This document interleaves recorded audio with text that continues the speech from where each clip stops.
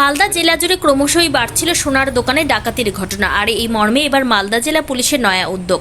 পুজোর মুখে মালদা শহরের সোনার দোকানগুলিতে যে কোনো ধরনের অপরাধ ঠেকাতে অ্যালার্ম ডিভাইস যন্ত্রের ডেমোর পরীক্ষা করে ব্যবসায়ীদের দেখালেন জেলা পুলিশ সুপার প্রদীপ কুমার যাদব। পাশাপাশি শনিবার দুপুরে মালদা শহরে বিভিন্ন সোনার দোকান এবং শোরুমগুলিতে গিয়ে ব্যবসায়ীদের সঙ্গে কথা বলেন পুলিশ সুপার সহ জেলা পুলিশের পদস্থ কর্তারা। জেলা পুলিশের উদ্যোগে মূলত তৈরি করা হয়েছে এই অ্যালার্ম ডিভাইস, যেটি সম্পূর্ণভাবে সংশ্লিষ্ট এলাকার থানা থেকেই নিয়ন্ত্রণ করা হবে।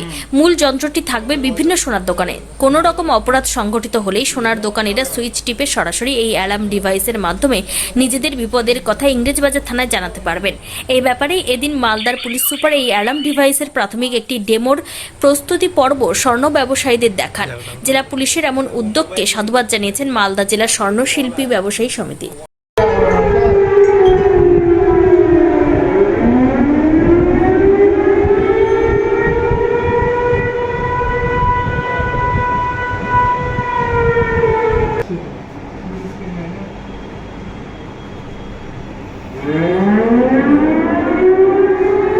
ওখানে গিয়ে মলিন ঘর আছে বুঝলে।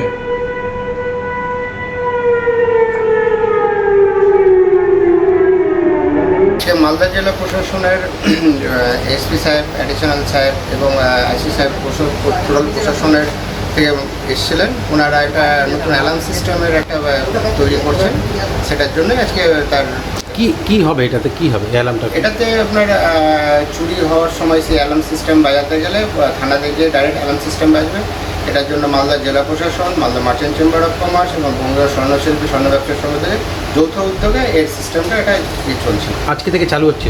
আজ থেকে চালু হচ্ছে। আজকে ডেমো টেস্ট হচ্ছে, চালু হওয়ার এখনো দেরি আছে। কি মনে করছেন এই যে ডেমো টেস্ট হওয়ার পর কি আর হবে কি এরকম ঘটনা? বা এটা খুব বড় একটা টেকনোলজি একটা আসছে, পরবর্তীতে দেখা যাক কী হচ্ছে এটা।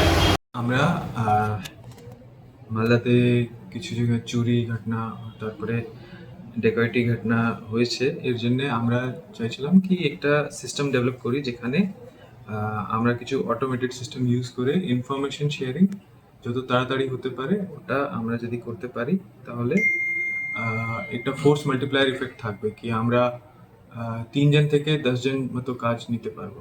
তো এর জন্য আমরা কিছু সিস্টেমস, কিছু সফটওয়্যারস, ওরা কিছু হার্ডওয়্যার আমরা টেস্ট করছিলাম। আর অনেক আমরা যে চেম্বার অফ কমার্স আছে, যে শপকিপার্স আছে, ওনাকেও আমরা ডিফারেন্ট এক্সাম্পলস যে ডিভাইসেস আছে ওটা আমরা ডেমো দিয়েছি।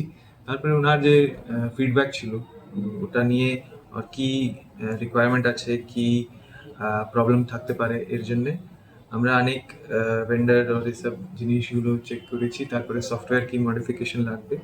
তো এটা আজকে আমরা একটা ফিল্ড ডেমো অ্যারেঞ্জ করেছি, যেখানে আমরা দেখছি কি যদি একটা শপে আমরা এই সিস্টেম যদি রাখি তো কীভাবে কাজ করবে। তো এর ডেমো আজকে আমরা করছি এখানে।